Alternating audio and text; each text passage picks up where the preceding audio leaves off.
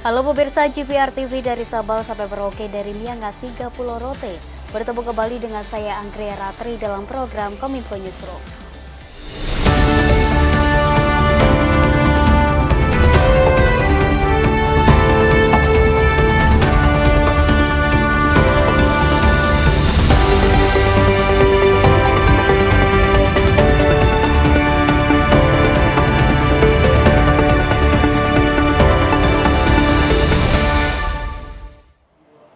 Kita ke informasi yang pertama pemirsa, Kepala Korps Lalu Lintas Polri Irjen Pol Aan Suhanan mengapresiasi kinerja Polantas seluruh Indonesia dalam menangani Operasi Ketupat 2024.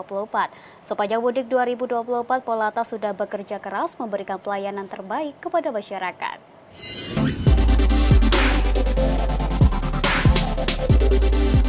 Dalam rangka mempererat tali silaturahmi di Hari Raya Idul Fitri 1445 Hijriah, Korlantas Polri menggelar acara Halal Bihalal di lapangan MTMC Polri.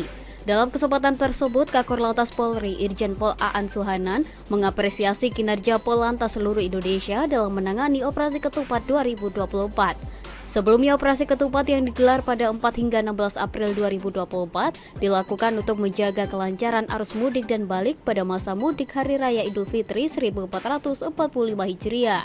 Sinergi yang dibangun antara Polantas dengan beberapa pemangku kepentingan menjadi kunci. Tidak heran dengan adanya hal tersebut membuat Polantas bisa hadir di tengah-tengah masyarakat sebagai penjaga kehidupan, di mana memiliki tanggung jawab dan kewajiban untuk melaksanakan kegiatan rutin, memberikan pelayanan masyarakat dan event internasional. Dengan berakhirnya masa Operasi Ketupat 2024 pada Selasa lalu, beberapa evaluasi telah dilakukan pihak Korlantas Polri.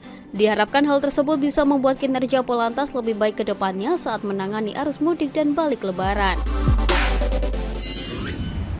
Sementara itu, Menteri Koordinator Bidang Pembangunan Manusia dan Kebudayaan Muhadjir Effendi mengklaim pelaksanaan mudik lebaran 2024 cukup baik berdasarkan evaluasi internal pemerintah. Kedepan Muhadjir menegaskan pemerintah akan merealisasikan buffer zone di Jalan Tol Jakarta Merak serta mengaktifkan pelabuhan panjang di Situbondo.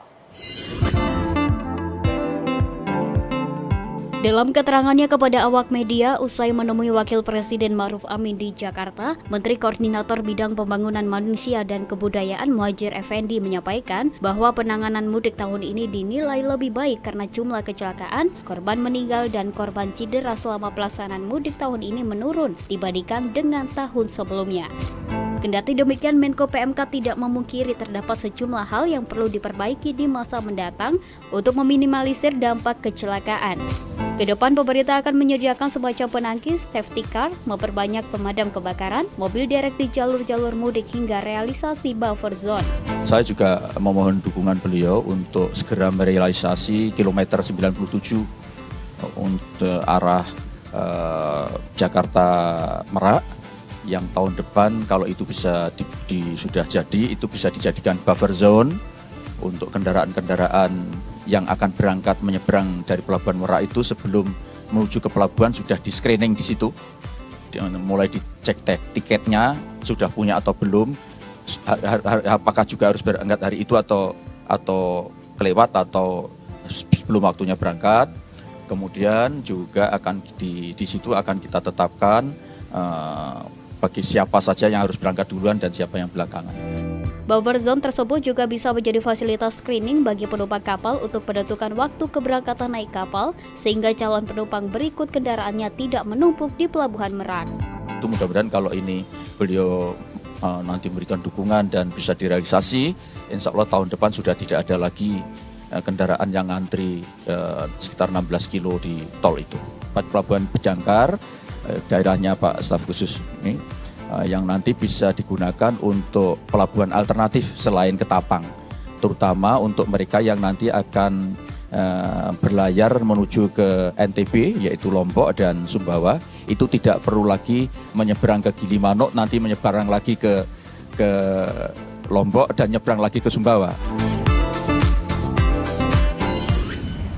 Pemirsa, pada momen libur Lebaran, kereta bus menjadi primadona di kalangan masyarakat yang hendak beraktivitas menuju Bandung atau sebaliknya. Jumlah penumpang tertinggi selama libur Lebaran terjadi pada 15 April 2024 mencapai 21.500 orang.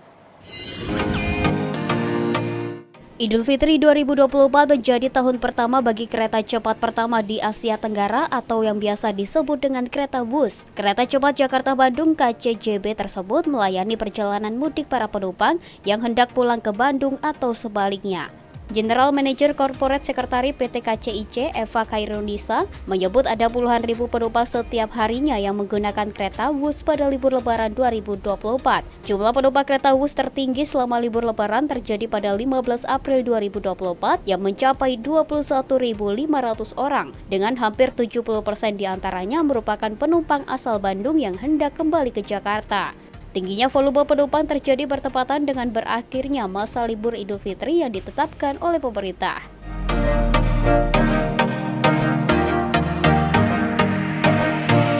Meski puncak arus balik Lebaran sudah terlewati, namun KCJB masih tetap mengoperasikan 12 perjalanan tambahan hingga 18 April mendatang. Hal tersebut mengantisipasi tingginya minat masyarakat dalam menggunakan kereta Wus.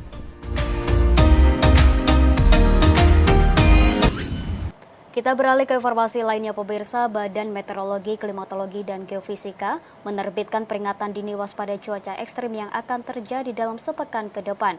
Hujan badai tersebut akan terjadi di sejumlah titik di 27 provinsi di Indonesia. Badan Meteorologi, Klimatologi, dan Geofisika telah menerbitkan peringatan dini waspada cuaca ekstrim hujan lebat disertai angin kencang yang berpotensi melanda sejumlah titik di 27 provinsi di Indonesia dalam sepekan ke depan atau mulai tanggal 16 hingga 21 April mendatang. Deputi Bidang Meteorologi BMKG Guswanto mengatakan, kondisi tersebut dipicu oleh aktifnya beberapa fenomena dinamika atmosfer, antara lain aktivitas gelombang atmosfer Rossby ekuatorial yang diperkirakan aktif di sebagian wilayah Sumatera bagian selatan, Jawa bagian tengah hingga timur, Bali, Nusa Tenggara Barat, Nusa Tenggara Timur, Kalimantan bagian tengah hingga utara, Sulawesi Tengah, Maluku Utara, Maluku, Papua, dan Papua Barat. Selain hujan badai, BMKG juga mengingatkan masyarakat agar mewaspadai terjadinya angin kencang di Kepulauan Bangka Belitung, Jawa Barat, Daerah Istimewa Yogyakarta, Jawa Timur, Nusa Tenggara Timur, Kalimantan Utara, dan Kalimantan Selatan.